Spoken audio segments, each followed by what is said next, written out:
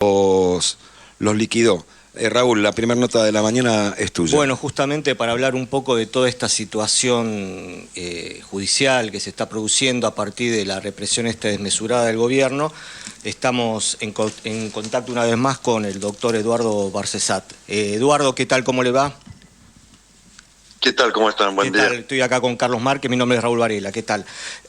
Justamente recién estábamos hablando de la decisión de la jueza del juzgado penal y contravencional número 15 de la ciudad, Karina Andrade. Dos palabras sobre la decisión de esta jueza. ¿A usted qué, desde el punto de vista jurídico? Técnicamente impecable y con una gran integridad moral. Es el paradigma de lo que podría decirse la obediencia a la supremacía de la Constitución Nacional y de los tratados internacionales de derechos humanos, que lamentablemente en manos de muchos jueces, camaristas y ministros de la Corte han hecho caso omiso a todo lo largo de esta degradación institucional. De manera que esta jueza y su pronunciamiento hacen recuperar la fe en el derecho, la dignidad del discurso jurídico y de las prácticas jurisdiccionales, y es un ejemplo para todos los mentecatos que se esconden en el poder y no en la juridicidad. El gobierno apunta más y ayer en distintos medios salió reflejado la intención del gobierno, no sé si lo habrán hecho ya, de presentar una denuncia en la justicia federal, que en principio ellos creen que sería más afín a la voluntad del gobierno, aludiendo a que los detenidos estaban ejerciendo sedición. En términos constitucionales, ¿la sedición exactamente qué es? La sedición es un movimiento violento para la toma del poder. Por supuesto, esto no se sostiene, pero claro, no hay ninguna pinza ni instrumento mecánico que pueda sostener una acusación de este tipo. La única sedición es la que está desatando el gobierno, es decir, al violar constantemente los límites de sus incumbencias constitucionales para apropiárselos de los otros poderes del gobierno federal o someterlos. Caso del Congreso de la Nación y del Poder Judicial, que están con honrosas excepciones, como siempre, pero en definitiva, la cabeza del Poder Judicial, ahora más diría ennegrecida con este procedimiento absolutamente inconstitucional de poder ingresar en comisión sus dos candidatos que no han logrado el acuerdo del Senado. Bueno, esperemos que el Senado se pronuncie rechazando los pliegos de estos dos candidatos, y bueno, vamos a estar en una situación institucional muy difícil. Creo que la única solución para esto es el avance del juicio político contra Milei y la convocatoria a una asamblea legislativa para elegir un representante del pueblo que pilotee esta crisis institucional y convoque prontamente a un nuevo comparendo electoral, ¿no? Sí. Usted hizo justamente, igual que otros sectores políticos de la sociedad, hizo presentaciones requiriendo el juicio político al presidente. ¿Cómo está esa situación? Bueno, hicimos hasta la fecha 7 presentaciones. Las primeras, que arrancaron en abril con motivo del decreto de necesidad y urgencia 70/23, la proyecto de ley base, y hasta la fecha del tema del CryptoGate no había habido ninguna respuesta. Es más, la Comisión de Juicio Político, por las interferencias del presidente de la Cámara de Diputados, por las insuficiencias de los integrantes para autoconvocarse y reunirse, por lo que fuere, no dio tratamiento a ninguna de las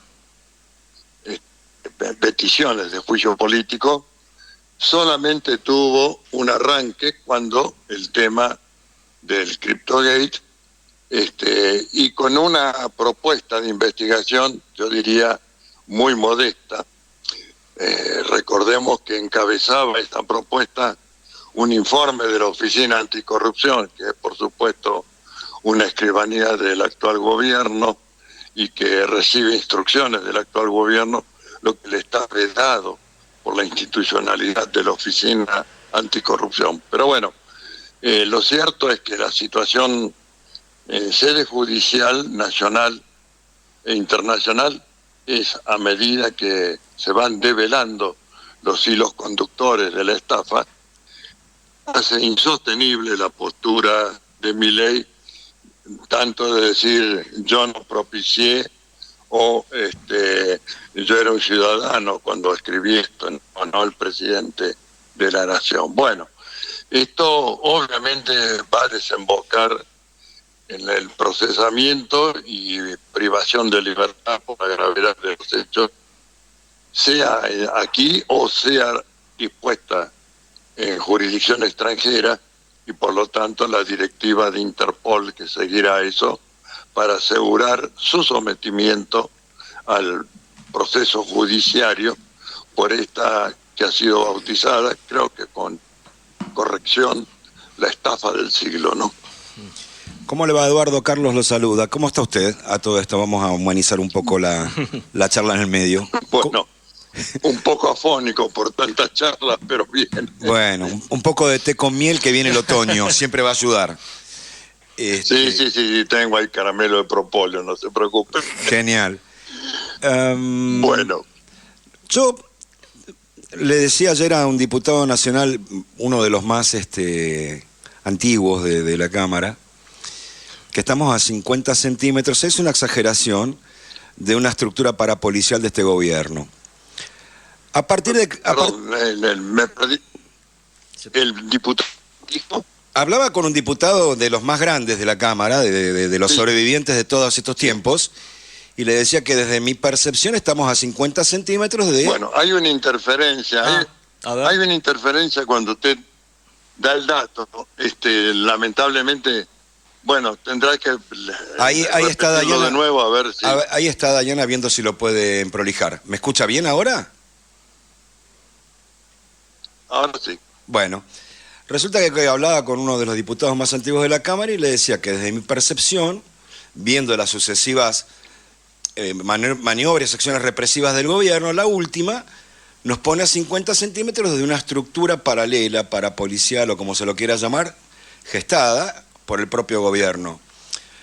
Podemos sumar todos, de que revoleen una pistola en el medio del parque, desde que saquen gente de civil en autos que después se comprueba que las patentes son del gobierno de la ciudad o gobierno nacional, la situación de dejar tirado un patrullero, no se sepan qué comisaría era, ni quién lo manejaba y demás. Hay un filo ahí que se está cortando cuando además se dan una cantidad de eventos donde a cielo abierto el presidente de la nación, el ministro de la Seguridad, le mienten a la sociedad sobre lo mismo que ocurre. Bueno, ahí comparto el análisis. A ver. Y digo que efectivamente todo este tipo de crueldades de estos anatomistas del dolor humano y de la fractura del respeto a la persona humana, su integridad, su libertad, etcétera, es una visión que se corresponde con un Estado terrorista. Y por lo que veo, el pueblo argentino va a tener una respuesta mayor frente a estas provocaciones guerreras de la ministra de Seguridad, el desenfado con que le miente al pueblo argentino al decir que un cartucho rebotó. Si un cartucho toca tierra, estalla en tierra, no rebota para ningún lado. Claro. Es decir, y además está visto en la reconstrucción que se ha hecho, rodilla en tierra, el gendarme que tira ese disparo a nivel de la cabeza de una persona agachada, como era el caso de este fotógrafo que estaba registrando los actos de violencia represiva. Bueno, yo creo que todos tienen los días contados en función de esta obscenidad en el ejercicio del aparato represivo de Estado, pienso que los avances en que han incurrido, creyendo que con esto iban a intimidar al pueblo argentino, bueno, lo único que está destinado es a que la próxima manifestación, cualquiera sea ella, seguramente va a haber más personas en la calle, porque tenemos que entender que esto requiere que todos pongan el cuerpo, mientras las iniciativas institucionales marcan por dónde debe canalizarse, para que no sea un golpe de Estado, sino una salida institucional y lo menos cruenta en lo que hace a la protección o para la protección del pueblo argentino. Es decir, el pueblo debe saber que la institucionalidad tiene herramientas, que las estamos ejercitando, pero que claro, necesitamos que hagan propias estas herramientas en cada movilización popular increscendo. Y es la única manera de terminar con esta desviación de poder y con este golpe institucional que efectivamente se ha cometido desde la vereda de Balcarce 50, es decir, desde el poder usurpado, porque toma las atribuciones del Congreso, porque somete al Poder Judicial, porque compra tramos de la opinión pública con los ensobrados. Entonces, frente a esto, obviamente, hay que rescatar el Estado de Derecho. Yo diría que hoy hacer la bandera de la reposición, restauración y ejercicio del Estado de Derecho es una consigna revolucionaria, porque nos repone en el estatuto de la civilidad, en el estatuto de la institucionalidad civilizada, y no en esta degradación de un psicópata autoritario, megalómano, mentiroso, y sus secuaces, que no son de mejor calaña.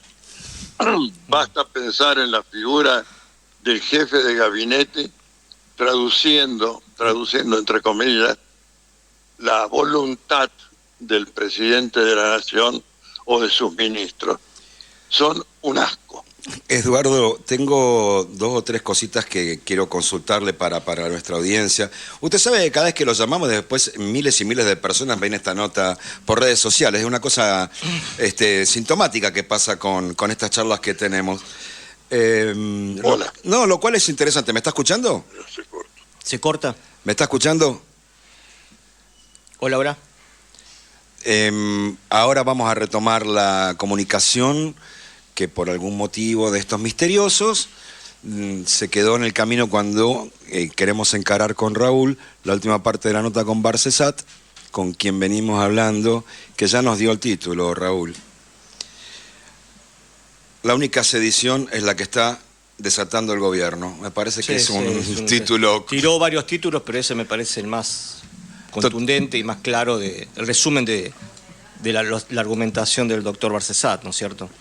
Ahí parece que... Ahí sí, Dayana lo logró de vuelta. Yo me interesan algunas cuestiones antes de que... Hola. Eduardo, sí, yo estoy acá. Mire, yo tengo 2 o 3 cositas que le quiero preguntar y la verdad que no le queremos tomar todo el sábado. La primera, un dato para usted que es lleva décadas escribiendo cosas cada vez que se da una barbaridad desde el Estado, que notamos ayer. Había una cantidad de periodistas que decían, están todas las fuerzas nacionales en la represión el miércoles, Gendarmería, Prefectura, Seguridad Aeroportuaria, Policía Federal, pero además esta vuelta agregaron el Servicio Penitenciario Nacional. O sea, sacaron a los guardiacárceles a la calle. ¿No? Bueno. Espere que le cuento razonamiento. a ver, la inquietud que tengo. Dice la norma que cada vez que comete una barbaridad una fuerza nacional debe ser investigada por otra fuerza nacional.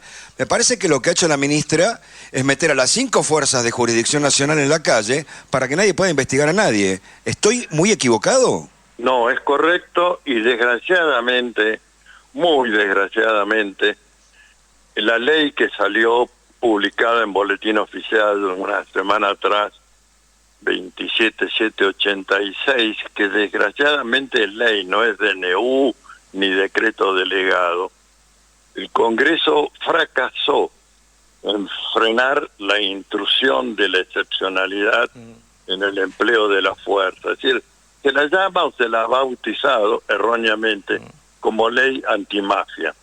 No es ley antimafia, es ley represiva con tipos penales abiertos y facilitando a las fuerzas de seguridad, es decir, no a la justicia, sino a las fuerzas de seguridad, a cometer toda forma de atropello. Sé que en el Senado de la Nación, cuando desgraciadamente no pudieron reunir los votos necesarios para tumbarla, los que respetan la institucionalidad se levantaron y se fueron, pero tenían quórum con estos senadores que bolsillo mediante se quedan para votar estas atrocidades. De manera que un reclamo que hago ahora en función de lo ocurrido en esta última movilización popular de los jubilados con acompañamiento es deroguen esta ley, porque es como fue en su momento esos decretos de aniquilación, ¿no? Claro que en aquel momento era con movimientos, formaciones especiales, guerrilleras, etcétera, pero ahora no hay nada de eso. Ahora lo que hay es pueblo en la calle, pueblo inerme, pueblo que se siente avasallado, humillado, empobrecido, marginado en función de este modelo económico, y por lo tanto no hay ninguna analogía, salvo que desde los congresos en aquel entonces y acá se habilitó el ingreso de la bestia institucional. La bestia institucional es esto que estamos viviendo ahora, que por supuesto una vez el pueblo argentino pudo decir nunca más. Creo que es momento de que nuestras banderas en las próximas manifestaciones tengan la expresión nunca más, porque es el regreso incambiado de la bestia institucional. Decía gran novelista y filósofo Albert Camus que el vacilo del Estado terrorista es un vacilo muy resistente, que puede dormir años en anaqueles polvorientos para después ganar las calles de las ciudades sin memoria que verán pasar los carros de la muerte. Creo que es casi textual lo que estoy citando, pero bueno, hace mucho que lo leía, me impactó y me quedó esa frase que cierra su investigación sobre el estado de sitio. Bueno, estamos en este momento tan difícil, tan crucial, donde creo que en la Convención Constituyente del año 94, lo digo a conciencia porque fue mi intervención, pero muy elogiada, particularmente por el presidente de la Convención Constituyente, el doctor Eduardo Menem. Yo decía que esa cláusula del artículo 36, deber de obediencia a la supremacía de la Constitución Nacional, era la forma normativa institucional del nunca más. Así que tenemos que aferrarnos al mástil de la Constitución y de los tratados internacionales de derechos humanos para poder navegar en estos mares tormentosos que ha desatado desgraciadamente el voto popular en el balotaje de octubre del 23. Así que esta es nuestra tarea, nuestra consigna de salir por la vía institucional y de salir con el menor número posible de atrocidades respecto del cuerpo de los que ejercen ese derecho de resistencia a la opresión que está precisamente en la cláusula constitucional que acabo de invocar, su artículo 36. La última le voy a hacer una pequeña introducción y no lo molestamos más por hoy. Usted sabe, se desprende en buena medida de todo lo que ha dicho, y en realidad casi lo ha dicho explícitamente todo el tiempo. Nosotros veníamos observando esta semana 2 argentinas, 3 argentinas. Hay una de contraste que es fenomenal, que sale un tren de Constitución, le toma 20 horas o 24 o 30 llegar a Bahía Blanca, va pasando por los pueblos del interior de la provincia. En las estaciones que funcionan y las que no, está la población con banderas, tratando de poner cosas arriba del tren. Salen de pueblos muy chicos de todo el país autobombas, con 5, 6, 7 bomberos voluntarios que no tienen sueldo del Estado para ir a Bahía Blanca. Y del otro lado tiene esta gente, estos animales manejando el Poder Ejecutivo Nacional. Pero hay una imagen sobre la que le quiero pedir que deje un mensaje. Usted sabe que todo esto que decimos queda en las redes y seguramente va a quedar por siglos. Nos va a trascender a todos. La imagen de la criatura de 12 años con un precinto en la espalda y con la mochila, con los libros y el cuaderno y la virome en la reja de la Casa de Gobierno. ¿Qué piensa el docente Barcesat, el que ya vio todo en este país? ¿Qué piensa usted de eso? Que se ha perdido los signos de la condición humana, los códigos de la condición humana.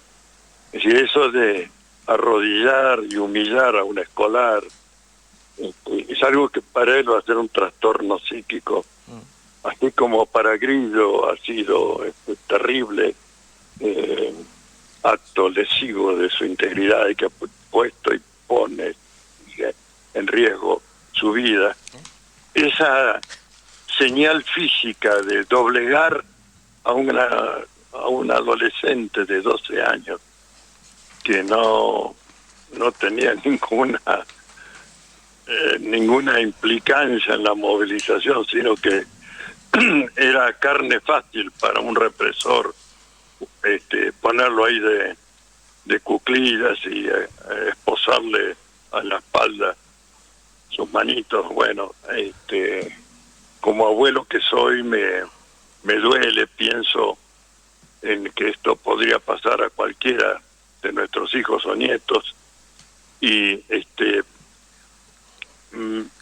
trato de pensar qué puede ser que lleve a una bestia, a un Robocop o estas tortugas ninjas que ha generado Patricia Bullrich, a perder toda noción, pegarle a una mujer de 87 años, empujarla para que se caiga y se rompa la crisma, o esposar a un chico de 12 años, tirarle al rostro a la gente con ese gas pimienta, que es una tortura, ninguna duda, que viola la Convención Internacional de la Tortura, demuestra que el grado de degradación a que ha llevado a las fuerzas de seguridad Patricia Bullrich no tiene ninguna excusa ni perdón, ¿no?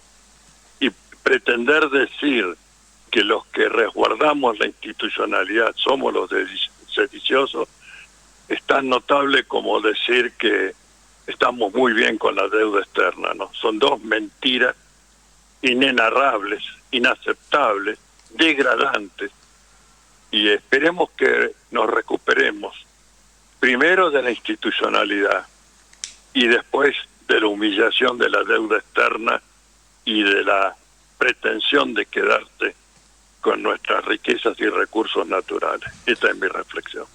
Bueno, Eduardo, como siempre, no solamente nos ha dado una clase de derechos y de civilidad, sino fundamentalmente de humanismo.